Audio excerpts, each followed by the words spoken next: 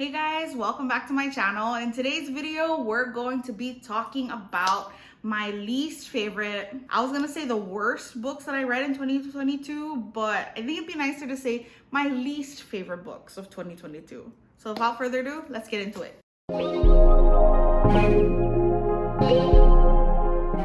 So the first book I'm going to be talking about is Stay Awake by Megan Goldin. So I should have known. I read another book by Megan Goldin, I think in 2021. I think I read The Escape Room and I really didn't like that one. That was one of the biggest disappointments. I thought I was really going to enjoy it, but it wasn't even about an escape room and it was so boring. And anyway, I'm not here to talk about The Escape Room. We're talking about Stay Awake. So Stay Awake is about a woman who wakes up and can't remember anything about herself or her life from the last, I guess, few years. She wakes up in the back of a taxi and she looks over her arms and all she sees is a bunch of writing that says, "Don't go to sleep, stay awake." And she basically discovers that every time she falls asleep, or we discover that every time she falls asleep, she loses her memories. I think she discovers that she may have killed someone and she can't remember who, how, or why. So with this story, it has such an interesting premise. That is why I wanted to give Megan Goldin another shot. But man, was this book a disappointment. Like, I wasted some time reading this book. I don't even remember that much of it, to be honest. I don't remember how it ended. And I just read that like a few months ago. So I definitely think if you're going to be reading a thriller with thrillers with interesting premises, you can skip this one. The next book I'm going to be talking about is Extras, which is the fourth book in the Ugly series. So last year, I reread one of my favorite books from childhood, which was the Ugly series. I have it somewhere, but I don't know if I should have done that. I remember the series being one of my favorites, obviously, but my reread did not go too well. It did not hold up as well as I had hoped it would. The first three books were okay. They're all right. I still want to keep the books. I still might reread them later. But man, that last book was not great. Like, I could have done without that last book. I didn't see the point of it. I mean, at first I thought it was cool because the fourth book in the series follows a different character and discusses the effects, the aftermath of what happened in the original trilogy. I actually believe the fourth book came out a little bit later, and I guess it discussed like how everything changed based on what happened in the original trilogy. And yes, it was cool at first, but the characters were weaker, I felt. The plot was just all over the place. And I did not enjoy the original characters, like how they were in the fourth book. Like, it kind of ruined them for me, to be quite honest. I guess the only good thing I can say about it is basically what it aimed to do, which is talk about what the after effects of the first trilogy. That was the only good part. And I guess maybe seeing how things changed. I guess how things are different outside of the original setting. Like, the original setting basically kept to one city. So this one was in a whole different other city that's very, I think it took place in Tokyo. Or I guess a futuristic dystopian version of Tokyo. But anyways, first trilogy, yes, I kind of do still recommend it for a younger audience, but you don't have to read the fourth book. It is definitely not necessary. So the third book I'm going to be talking about is The Appeal. So The Appeal by Janice Hallett. So this book is another book that I decided to read based on how it was written. It's another one of those multimedia forms of writing where the whole story is basically told in emails, messages, bulletins, letters, those kinds of things.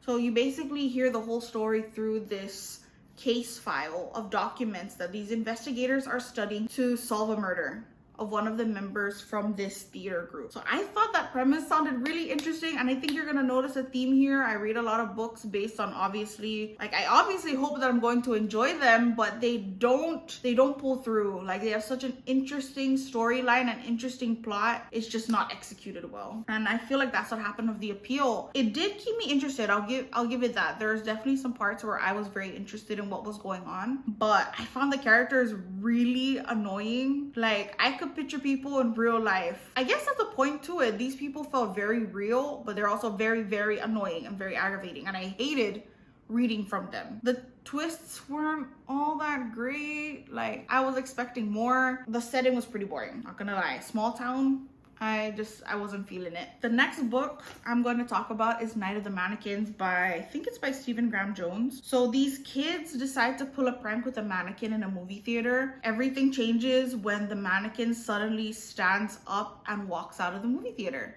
So this is a young adult, but it's pretty gory. Like, this mannequin goes on a killing spree. I guess I went into it thinking, okay, this is gonna be a great horror. I think mannequins are creepy. I want to see what the heck is going on. Is this like some sort of like supernatural thing or paranormal or whatever? Is this mannequin possessed? What's going on? And this was a fairly short book. I forgot, it was probably less than 200 pages or something. And it was a waste of time. I wish I could get my time back after reading this book. Like, the main character was just like difficult to read from. Not difficult, like annoying. Just like the previous book, like reading from this character's point of view was very annoying. The story and the plot was just all over the place. I was confused half the time about what was going on, and definitely not worth it. I think after this one, I decided like Stephen Graham Jones, like his writing style is just not for me, unfortunately, because I mean, I'm going to be talking about another one of his books later on. So yeah, and that book I hated even more than this one. The next book, or books, I guess I'm going to talk about these two together because they're written by the same author. Elektra and Ariadne by Jennifer Saint. Yeah, I know I'm probably going to get some hate for this one because I know a lot of people really love Jennifer Saint's books. So I think Ariadne came out first and Elektra just came out last year. And these stories basically retell the stories of like smaller figures from Greek mythology. I know Ariadne played a role in the story of, was it Prometheus? What is his name? Basically the story of the Minotaur and the maze and whatever the name of that hero that went through the maze and killed the Minotaur? Whatever. Anyway, she's the daughter of Minos of Crete, and this retells her myth. And I noticed a lot of what Jennifer Saint does is there's obviously a lot of romance involved in her books. There's a lot of, I guess, feminist tones and themes in the story. A big point of this is to basically tell the story of a woman who was basically like written over in these Greek mythologies. Like, they played a part, but their part was just seen as so small in the original stories. So I guess she's rewriting these stories from their point of view. It discusses the struggles that these characters face as women in the times that they're in. I feel like that's something that both Elektra, her sisters, her mother, and Ariadne and her sister have to go through. I compare these books to Circe because I feel like the tones are very similar, but I enjoyed Circe a lot more. Like, I felt like the plot was written a lot better. The plots in Ariadne and Elektra were just boring. Like, I can't even tell you really what happened in them. Like, I felt like these books could have been written better, and they're kind of just melting, like a melting pot in my mind.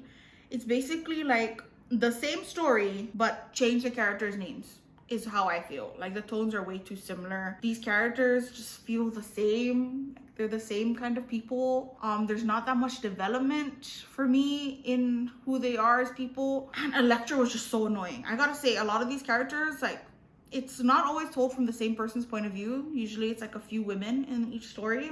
And there's always at least one character, one point of view that just pisses me off, and I just want to skip that whole section. So anyway, that's enough hating on some people's favorite books. So let's move on to the next one. Okay, the next book is The Club by Ellery Lloyd. So this book, story follows a fictional home group. This man creates, I don't know if this actually exists in the world, but he basically creates locations where that's exclusive to celebrities and very rich people. So only they are invited to, I guess, relax and enjoy the festivities at these exclusive locations meant for the rich and famous. I think over the course of a weekend, I think like 2 or 3 people are discovered murdered at one of these locations. Sounds interesting, right? Like, sounds like you could probably get like celebrity gossip and a whole lot of drama, like a whole lot of twists and turns. And to be honest, I can barely remember what happened in this book. Like, I kind of remember some murders, but it just kind of feels all mixed up. I thought, just like with some of the other books on this list, the plot was just everywhere. It was too much. And there are too many characters that you try to keep up with, try to remember who they are. And none of it felt real. It felt very, like, the motivations of some of these characters just did not add up to me. So it didn't really I didn't really feel connected to them. I didn't care when anybody died. I wasn't shocked when anybody was killed. It was a mess, basically, is what I feel this book was. So the next part is pretty unfortunate because this author had 2 books from my favorites list, but also had 2 books in my least favorites list. And that is Missing Parts and Phantom Limb by Lucinda Berry. So in my favorites video, I talked about The Perfect Child and Saving Noah, and those were excellent books. But Missing Parts and Phantom Limb, like, to be honest, like, look, even the titles of them sound very similar, and I'm having a hard time trying to separate them in my mind. I don't know which one is which. I think Missing Parts is the one about a woman where her daughter gets really sick. In discovering this sickness, a lot of her past is uncovered as well, and there's a lot of dark things in her past. Like, she seems like she's the perfect woman. She's got her whole life together, but she does not. And then Phantom Limb is about a young woman whose twin dies, and this talks about all of the mental health issues she suffers after the passing of her twin sister. I'm not too sure about the representation in both of these books. I felt like it was very dramatized, and of course that's kind of what you expect in like these stories, but I felt like these 2 were just too over the top. Oh, and another thing, I think the main reason why I really hated these 2 is I did not enjoy reading from the main character's points of view. Like the mothers from Saving Noah and The Perfect Child, I really enjoyed their point of view. I felt like their motivations made sense. I felt like their feelings were valid. Nothing was too over the top. Though these 2 books, Missing Parts and Phantom Limb, I just didn't enjoy the characters. I hated reading from their point of view. Everything was too dramatized. And if you're gonna be reading any of Lucinda Berry's books, definitely skip these 2 and go to the other ones that I mentioned before. The next book is The Deep by Nick Cutter. So the first book I tried to read from Nick Cutter was The Troop, and I think more people have heard about that one, about the group of boys on the island and the germ or parasite that makes you go crazy. Well, I didn't enjoy that book, but I wanted to give Nick Cutter another try because a lot of people mention him in their stories. So I wanted to read The Deep. And if you know me, I love anything dealing with the ocean. Like, one of my favorite horror books is Into the Drowning Deep by Mira Grant. So I love horror stories that deal with the ocean.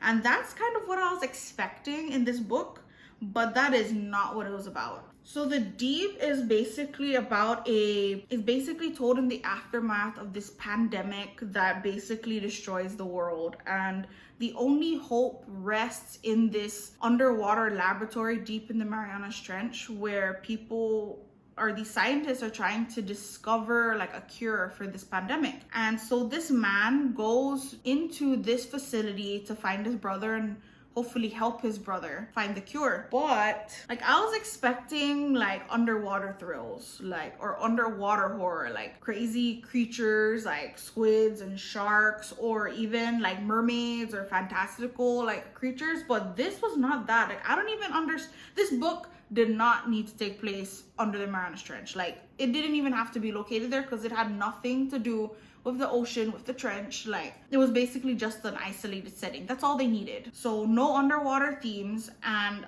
the scare factors in this were very like old school. It was a lot of like not being able to trust your mind, and it's dark and it's quiet everywhere, and like typical things that would scare this man, like clowns and fat people. I don't even understand half of the things that were scaring him. Like, were these things real? Was it all in his head? Like, it was also just a mess. And I don't think I'm a fan of body horror. I think I can safely say that. Like, anything to do like with the gross out factor, dealing with body horror, like not blood, but like sweat and like mold and bodily fluids, like vomit. Ugh, this book was just disgusting.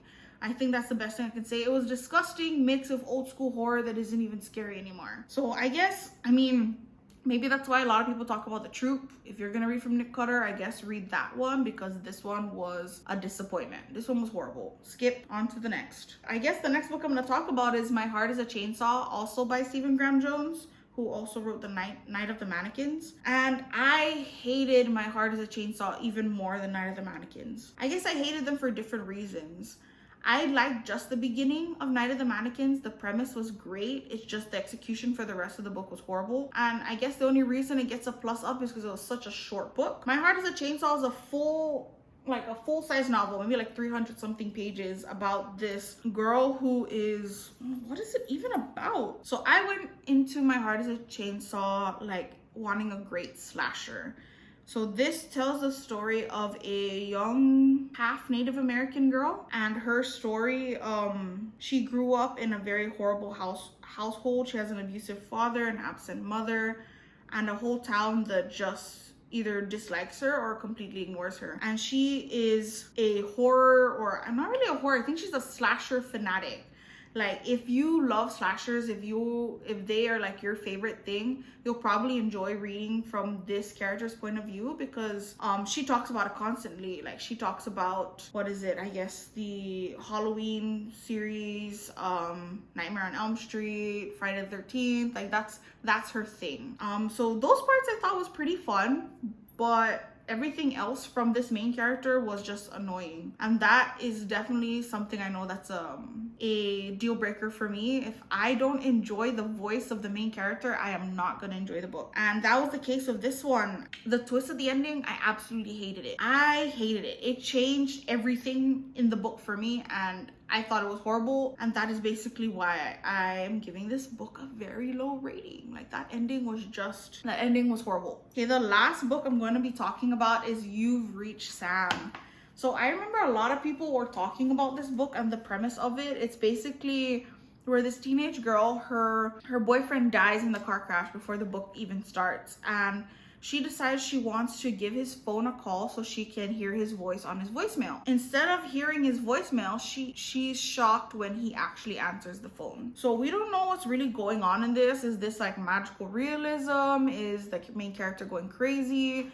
But it's basically pitched as more romantic. You're not really supposed to focus on how this is happening, more focus on the relationship of the girl and her boyfriend. And I think that's where the problem started. Like, the boyfriend dies before the book, like the boyfriend died before the book even starts. So when he dies, or when she talks about him dying, I feel nothing, because I don't know this character at all. Like, I don't know anything about their relationship. Like, there is no grieving for me on my end. I'm just supposed to take her word for it that she's very sad and her boyfriend was really great and yada yada yada, but I did not feel anything. And that's what this book was supposed to do. It was supposed to give me all the emotions. It was supposed to make me feel sad. I was supposed to cry and get all the ooey gooey feelings when they're talking about their relationship. But this book like failed to take off. There was a failure to launch. Like, I felt like this author should have started the book a little earlier in the relationship, so we would have gotten to know them as a couple, gotten to know the boyfriend before he died, so we'd actually feel something after he dies. And I guess that was the problem. There was no connection from the beginning, so this book was a failure from the beginning, in my opinion. And with that said, those are all the books that I disliked, or my worst books of 2022. Sorry guys if one of your favorite books was on this list, but just being honest, these are the books that I really didn't enjoy. And I hope you guys at least got something productive out of this, or at least enjoyed my ranting about some of these books. And hopefully the next one is a bit more positive. So with that said, I'll see you guys in the next one. Bye.